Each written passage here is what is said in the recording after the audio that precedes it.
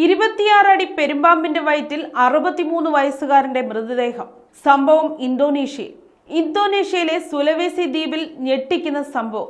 South ബ്യൂട്ടൻ ജില്ലയിലെ Majapahit ഗ്രാമത്തിൽ 26 അടി നീളമുള്ള പെരുമ്പാമ്പിന്റെ വയറ്റിൽ 63 വയസ്സുകാരനായ കർഷകന്റെ മൃതദേഹം കണ്ടെത്തി. അസ്വാഭാവികമായി വീർത്ത വയറുമായി പാമ്പിനെ കണ്ട ഗ്രാമവാസികൾ അതിനെ കൊന്ന് വയറ് കീറിയപ്പോഴാണ് കർഷകന്റെ മൃതദേഹം കണ്ടെത്തിയത്. ദുരന്ത നിവാരണ ഏജൻസിയിലെ ലാഒഡെ റിസാലിന്റെ അഭിപ്രായത്തിൽ കർഷകൻ കൃഷിയിടത്തിലേക്ക് പോയതായിരുന്നു.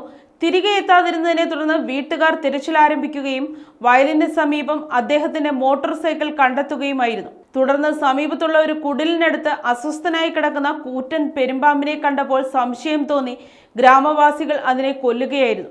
പാമ്പിന്റെ വയറ്റിൽ നിന്ന് കർഷകന്റെ ശരീരം പൂർണ്ണമായും കേടുപാടുകളില്ലാതെ കണ്ടെത്തി. ഗ്രാമസുരക്ഷാ ഉദ്യോഗസ്ഥനായ സെർതു ദിർമനും സംഭവം സ്ഥിരീകരിച്ചു. പോലീസിന്റെയും നാട്ടുകാരുടെയും സഹായത്തോടെ മൃതദേഹം കർഷകന്റെ വീട്ടിലെത്തിച്ചു. ഈ സംഭവം പ്രദേശവാസികളിൽ പരിഭ്രാന്തി സൃഷ്ടിച്ചിട്ടുണ്ട്. വർദ്ധിച്ചു വരുന്ന പാമ്പുകളുടെ എണ്ണം നിരീക്ഷിക്കാൻ തദ്ദേശ ഭരണകൂടം പദ്ധതിയിടുന്നുണ്ട്.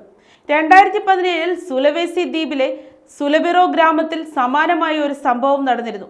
23 അടി നീളമുള്ള പെരുമ്പാമ്പിന്റെ വയറ്റിൽ 25 വയസ്സുകാരനായ അക്ബറിന്റെ മൃതദേഹം കണ്ടെത്തിയിരുന്നു.